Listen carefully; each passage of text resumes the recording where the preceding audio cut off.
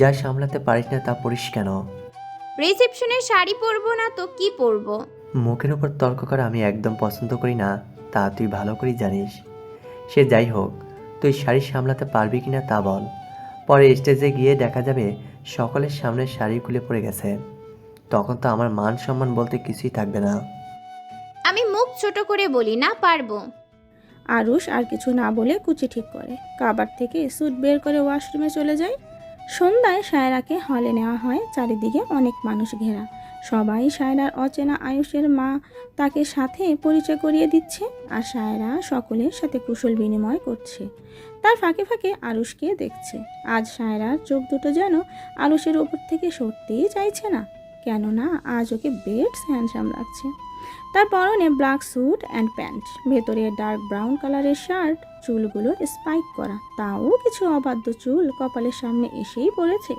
হাতে ব্ল্যাক কালারের branded watch, সব মিলিয়ে ক্রাশ খাওয়ার মতো অবস্থা। সায়রা যখন তাকে দেখতে ব্যস্ত তখন কেউ ওর নাম ধরে ডাকে।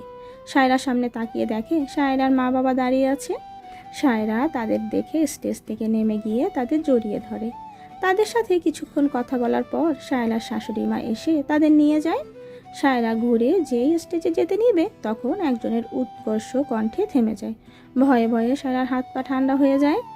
আমি যখন আরুষকে দেখতে ব্যস্ত তখন কেউ আমার নাম ধরে ডাকে। আমি সামনে তাকিয়ে দেখি আমার বাবা মা দাঁড়িয়ে আছে। আমি তাদের দেখে স্টেজ থেকে নেমে গিয়ে তাদের জড়িয়ে ধরি। তাদের সাথে কিছুক্ষণ কথা বলার পর আমার শাশুড়ি মা এসে তাদের নিয়ে যায়। আমিও ঘুরে যেই স্টেজে যেতে নিব তখন একজনের কর্কশ কণ্ঠে থেমে যাই। ভয়ে আমার হাত পা ঠান্ডা হয়ে যায়। আমি পিছে ঘুরে দেখি রুহান। তাকে দেখে কিছুটা ভয় হলেও পরক্ষণে নিজেকে সামলে নেই। সে আমার কাছে এসে বলে, ভালোই তো আছো তাহলে? খারাপ থাকার কথা বুঝি? কতদিনই বা ভালো থাকবে শুনি? আমি ভালো করে জানি আরুষ তোমাকে কেন বিয়ে করেছে, তাই এত ভালো থাকার অভিনয় করে লাভ নেই। কে বলেছে আমি অভিনয় করছি? আমি সত্যি আরুষের সাথে অনেক ভালো আছি, কেননা ও যে আমার পাশে আছে। হাসালে, ও তোমার পাশে থেকেও পাশে নেই, তা তুমিও জানো আর আমিও। কেননা ওর মনে তোমার জন্য যে বিষ আছে তা কোনোদিনই কমবে না। ও কখনোই তোমায় আপন করে নিবে না। আমি মুচকে হেসে বলি, ভালোবাসা বলতে একটা জিনিস আছে যার জোর কিনা অনেক বেশি, আর সেই জোরেই আমি আজ আরুষের বউ। এই সকল বিষ সেই ভালোবাসার কাছে হার মানতে বাধ্য।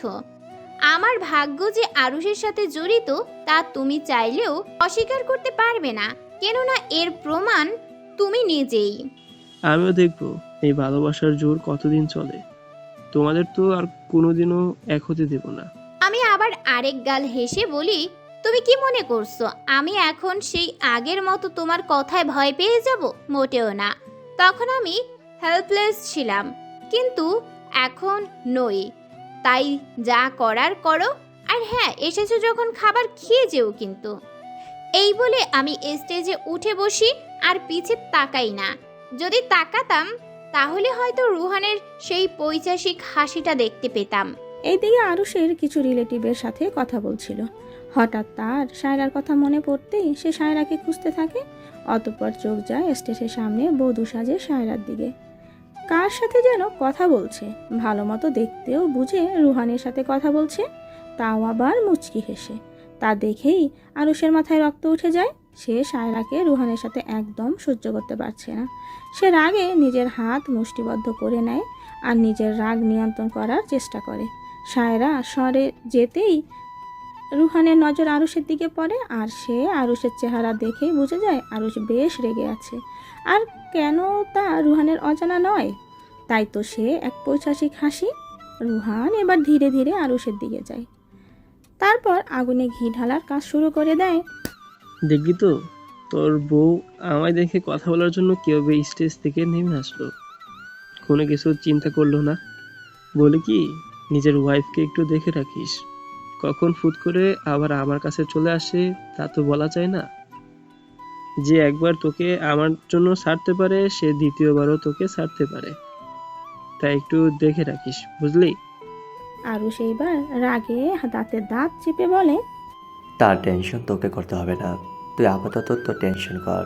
আর আমি তোর বন্ধু নয় যে তুই আমার সাথে এইভাবে কথা বলবি। আমি তোর অফিসের 60% শেয়ারের মালিক, মানে তোর boss. So be in your limits. ঠিক আছে বস, এইটা আপনার লাইফ, আপনিই বুঝবেন। কিন্তু আগে থাকতে সাবধানতা অবলম্বন করা ভালো। বাকি আপনার ইচ্ছা। আর হ্যাঁ, বিয়ের জন্য শুভকামনা রইল। আমার এখন কাজ আছে, আমি তাহলে এখন আসি।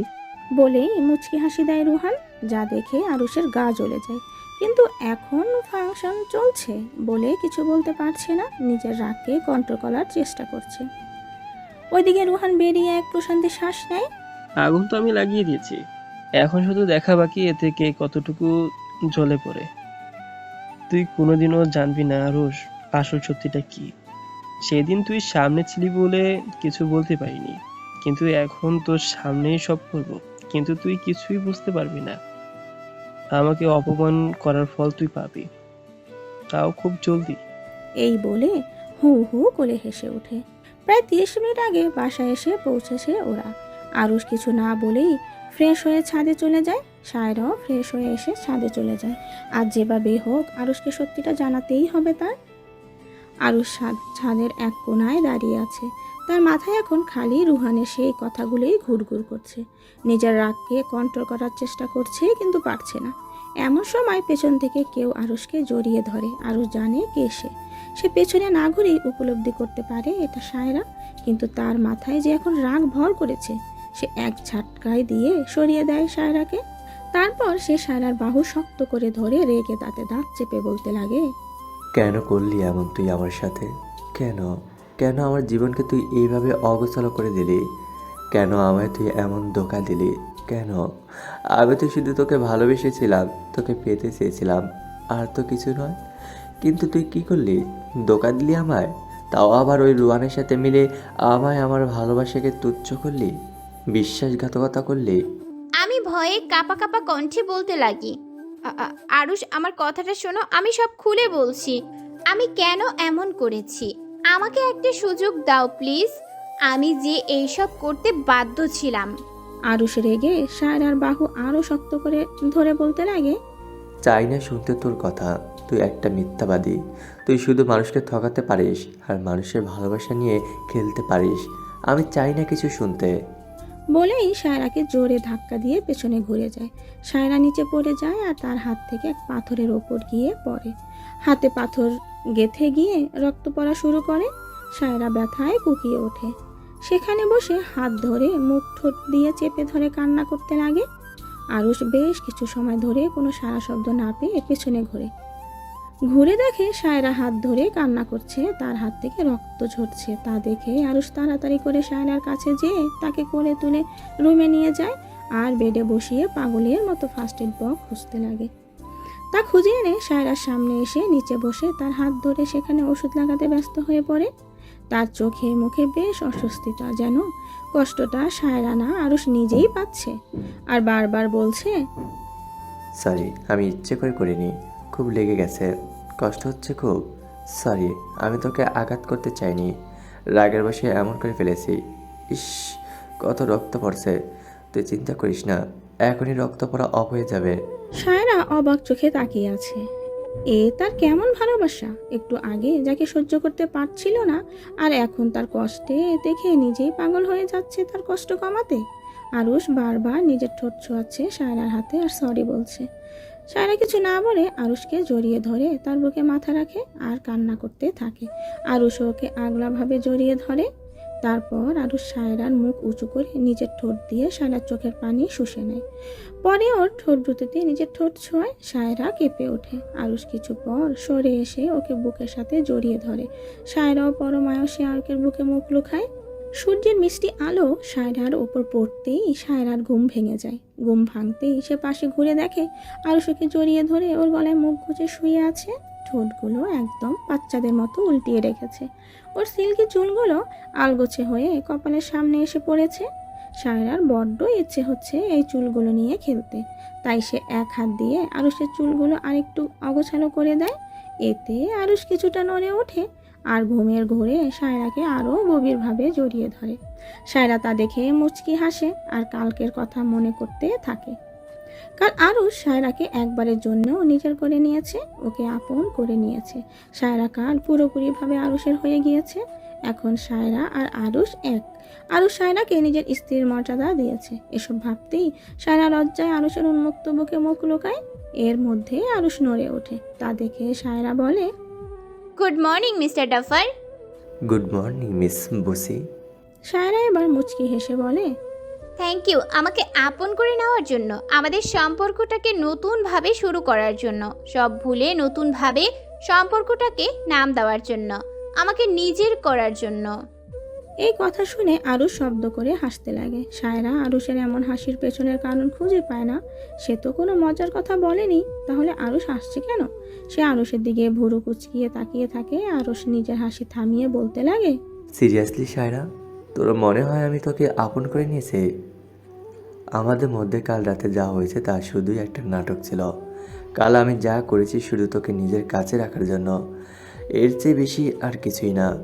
সায়রা কাঁপা কাঁপা গলায় বলতে লাগে। মানে?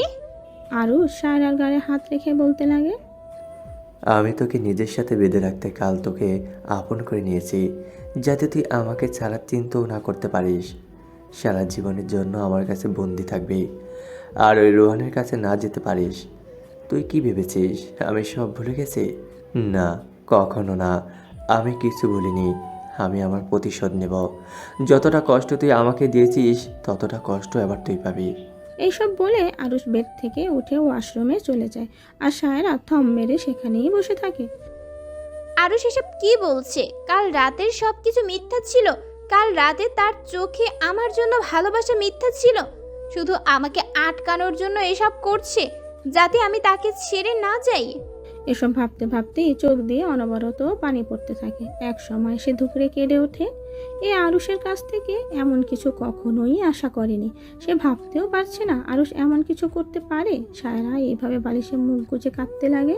সেদিন আমি আর আরুষের সামনে যাইনি। সারাদিন শাশুড়ির রুমেই কাটিয়েছি। আরুষ অনেকবার উকিঝুঁকি পেরেছে আমার এক নজর দেখার জন্য, কিন্তু আমি তার সামনে ধরা দেইনি। দিবই বা কেন? যে আমাকে বিন্দু মাত্র ভালোবাসে না, আমায় তার স্ত্রী হওয়ার অধিকার দেয় না, তার সামনে কোন অধিকার নিয়ে যাব আমি? পুরো দিন এমন লুকোচুরিতেই কেটে যায়। কিন্তু বিপত্তি ঘটে রাতে। রুমের বাইরে পায়চারি করছি, ভিতরে যাব কিনা তা ভাবছি। কেননা সে আরুষকে ফেস করতে চায় না। তাই সিদ্ধান্ত নেয় আরুষ ঘুমিয়ে পড়লেই রুমে যাবে। রাত প্রায় 12টা বাজে। এতক্ষণে তো আরুষের ঘুমিয়ে যাওয়ার কথা। তাই সায়রাও কিছু না ভেবে রুমে ঢুকে যায়। যেই রুমে ঢুকেছে কেউ ঝড়ের গতিতে এসে সায়রাকে দরজার সাথে চেপে ধরে। ঘটনা এত দ্রুত হওয়ায় সায়রা কিছুটা কেঁপে ওঠে। কিন্তু সামনে থাকা মানুষটিকে দেখে সায়রা রীতিমতো ভয়ে কাঁপতে থাকে। সামনে আরুষ রক্তিম চোখে তাকিয়ে আছে ওর দিকে। চোখ মুখ ভীষণ লাল, বোঝাই যাচ্ছে প্রচণ্ড রেগে আছে। কিন্তু সায়রা তার রেগে থাকার কারণ খুঁজে পাচ্ছিল না। সারাদিন কইছিলি, হ্যাঁ? কতবার ডেকেছি, কানে যায়নি? ধমকে সুরে বলল। কেন ডেকেছিলেন? চোখ ছোট ছোট করে জিজ্ঞেস করি। তা দেখে আরুষ থম খেয়ে যায়। সে এখন কি বলবে? কেন ডেকেছিল সে সায়রাকে? আরুষের এমন থমথম অবস্থা দেখে বলে, কি মনে করেছিলে এই বাড়ি ছেড়ে চলে গেছি, নাকি চলে যাব ভেবেছিলে? আচ্ছা, তুমি তো আমাকে কাল রাতে আপন করে নিয়েছিলে শুধুই তোমার কাছে বন্দি করে রাখার জন্য, যাতে তুমি আমার ওপর নিজের প্রতিশোধটা নিতে পারেন, তাই তো? চিন্তা করো না, আমি এ বাড়ি ছেড়ে যাচ্ছি না। তুমি আরামসে আমার ওপর তোমার প্রতিশোধ নিতে পারবে। সায়রার এমন কথায় আরুষের বেশ রাগ হয়। রাগের বশে সায়রাকে না আঘাত করে বসে, তাই সে সায়রাকে ধাক্কা দিয়ে সরিয়ে রুম থেকে বেরিয়ে ছাদে চলে যায়। আর সায়রা সেখানে মাটিতে বসে হাঁটু গেড়ে মুখ গুজে কাঁদতে থাকে। এইদিকে ছাদে আরুষ ছাদের মাঝ বরাবর একটা কার্পেটের ওপর মাথার নিচে হাত দিয়ে শুয়ে আছে। আকাশটা আজ মেঘলা, কালো মেঘ জমে আছে। হয়তো কিছুক্ষণের মধ্যেই বৃষ্টি নামতে পারে। তাই আকাশটার সাথে নিজের অনেক মিল পাচ্ছে সে। কেননা তার মনের মধ্যেও যে এমন কালো মেঘ জমে আছে। কিন্তু সেই কালো মেঘ দূর করতে যে সে বৃষ্টি হয়ে নেমে আসে, কিন্তু তার মনের মেঘগুলো বৃষ্টি হয়ে নামতে পারে না। আজ সেই 2 বছর আগের কথা মনে পড়ছে তার। যখন সায়রা আর ওর সম্পর্ক ভালোবাসায় পূর্ণ ছিল, সেখানে ছিল দুষ্টু মিষ্টি খুনসুটি আর অফুরন্ত ভালোবাসা। এসব ভাবতে ভাবতেই আরুষ ডুব দেয় সেই 2 বছর আগের স্মৃতিগুলোতে। ছোটবেলা থেকেই আরুষ বেশ রাগী আর জেদি টাইপের ছেলে ছিল, আর একঘোয়া, সবার সাথে বেশি কথা বলতো না, বেশিরভাগ নিজের রুমেই থাকতো। আরুষ পড়ালেখায় বেশ ভালোই অলওয়েজ টপ করতো, তাই সে সকলের কাছেই প্রিয় ছিল। এর মধ্যে সায়রা হয়। সায়রা হচ্ছে ওর খালার মেয়ে। আরুষের এখনও মনে আছে, ও যখন সায়রাকে দেখতে যায় আর ওর হাত সায়রা খপ করে ওর হাত ধরে ফেলে, আরুষের তখন কেমন যেন এক অনুভূতি হয়েছিল। তখন থেকেই আরুষ সব সময় সায়রার সাথেই থাকতো। আরুষ প্রতিদিন সায়রার কাছে আসতে চাইতো বলে তারা নিজের বাসা শিফট করে সায়রাদের এলাকায় এসে পড়ে, যাতে যখন তখন আসা যাওয়া করতে পারে। আরুষ সব সময় সায়রাকে আগলে রাখত। সায়রার বাবারা আর্থিক দিক দিয়ে আরুষের পরিবার থেকে ভালো ছিল, কিন্তু তাতে তারা কোনো সময় মেলভাল করেনি। এইভাবেই দেখতে দেখতে সায়রা আর আরুষ বেড়ে ওঠে। সায়রাও ছোট থেকে আরুষের জন্য পাগল ছিল। সব কিছুতে থাকে আরুষ ভাই চাই মানে চাই, আর আরুষেরও সায়রাকে ছাড়া চলেই না। সায়রা যত বড় হতে থাকে তখন বুঝতে পারে সে যে আরুষকে ছাড়া অচল। আরুষের তার এক আলাদা অনুভূতি, যা হোক ভাই বোনের সম্পর্ক থেকে অনেক উপরে, কিন্তু এই অনুভূতির নাম কি তা না জানা নেই। এইভাবে দেখতে দেখতে যখন সায়রা ক্লাস 10-এ পড়ে, তখন একদিন বাসায় আসার সময় সায়রা দেখে আরুষের সাথে একটা মেয়ে খুব হাসাহাসি আর ঢলাঢলি করে কথা বলছে। তা দেখে সায়রার মাথা গরম হয়ে যায়। তখন সে গিয়ে ধাক্কা দিয়ে মেয়েটাকে ফালিয়ে দেয়। তা দেখে আরুষ আর ওই মেয়েটি অনেকটাই অবাক ছিল। আরুষ এইরকম অসভ্যতা দেখে সায়রাকে এক থাপ্পড় দেয়। সায়রা ফ্যাল ফ্যাল করে আরুষের দিকে তাকিয়েছিল। আরুষ কিছু জিজ্ঞেস করার আগেই সে সেখান থেকে দৌড়ে বাসায় চলে যায়। সেই দিন থেকে প্রায় 1 সপ্তাহ সায়রা বাসা থেকে বের হয়নি, কেননা এই প্রথম আরুষ তাকে মেরেছে, তাও আবার অন্য একটা মেয়ের জন্য। সায়রা তা মানতেই পারছিল না, তাই রাগে কষ্টে সে আরুষ থেকে দূরে থেকেছে। আরুষ ওদের বাসায় গেলেও সায়রা ওর সামনে আসেনি। একদিন ছাদে সায়রা দাঁড়িয়েছিল, তখন আরুষ এসে খপ করে হাত ধরে বলে, কি সমস্যা কি? কই কি সমস্যা ভাইয়া? সমস্যা না হলে আমার সামনে আসিস না কেন? বাসা থেকে তো বেরোস না। ভালো লাগে না তাই। এই বলে নিজের হাত ছাড়িয়ে নেয়। আরুষ প্রায় অবাক ছিল, কেননা সায়রা কোনো সময় ওর সাথে এমন বিহেভ করেনি। তোর কি হয়েছে? কোথায় কি হয়েছে? কিছুই হয়নি, আমার ঘুম পাচ্ছে, আমি ঘুমাতে গেলাম। ইগনোর করছিস? সায়রা এক তাচ্ছিল্য হাসি দিয়ে, আমি ইগনোর করার কে? দেখ, আমি জানি তুই আমার উপর রেগে আছিস, কিন্তু তুই যে এমন অসভ্যতা করবি আমি বুঝিনি। তুই রিনাকে অকারণে ধাক্কা দিলি, তাই আমার রাগ উঠে যায়, আর তাই থাপ্পড় দিয়ে বসি। সরি, আমার এমন করা উচিত হয়নি। তাহলে তো আমার তোমাকে 20টা থাপ্পড় দেওয়া উচিত, তাই না? মানে? অবাক হয়ে। তুমি যেমন একটা মেয়ের সাথে কথা বলছিলে, তেমনি আমার সাথেও তো অনেক ছেলে কথা বলতে আসে, কিন্তু তুমি তখন কি করো? তাদের মারা শুরু করো আর থ্রেট দাও যাতে আমার সামনে না আসে, আর আমার থেকে যেন 100 হাত দূরে থাকে। আর সেই জায়গায় আমি তো জাস্ট একটা ধাক্কা মেরেছি, আর তাতে তুমি আমায় থাপ্পড় মারলে। তাহলে আমারও তো থাপ্পড় মারা উচিত তোমায়, তাই না? দেখ, তোর কথা আমার কথা এক না। কেন এক না? আমি মেয়ে বলে নাকি তুমি ছেলে বলে? তুমি চাইলে 100টা মেয়ের সাথে কথা বলতে পারবে, আর আমি না। কেন? আমার বুঝি কষ্ট হয় না তোমায় অন্য মেয়ের সাথে দেখলে? তোর কেন কষ্ট হবে? তুমি বুঝো না। না, বুঝি না। বল, কেন কষ্ট হয় তোর? ভালোবাসি তাই। হ্যাঁ আরুষ ভাই, তোমাকে আমি অনেক বেশি ভালোবাসি। সহ্য হয় না তোমার সাথে অন্য কারোর সাথে। তুই আমায় ভালোবাসিস? Nice joke. এখনো পিচ্ছে, নাক টিপলে দুধ বের হবে, সে কিনা আমায় ভালোবাসে? কেন তুমি আমায় ভালোবাসো না? না, বাসি না। তোকে ভালোবাসতে যেন আমার বয়ে গেছে। তাহলে আমার জন্য তুমি অন্যের সাথে ঝগড়া করো কেন? আমাকে সবসময় নিজের চোখে চোখে রাখো কেন? তুই আমার বোন, আর বোনের হেফাজত করা আমার দায়িত্ব, তাই। আর কিছুই না? না। ঠিক আছে, আমিও দেখব তুমি কতদিন আমার ভালোবাসা অস্বীকার করো। দেখা যাবে।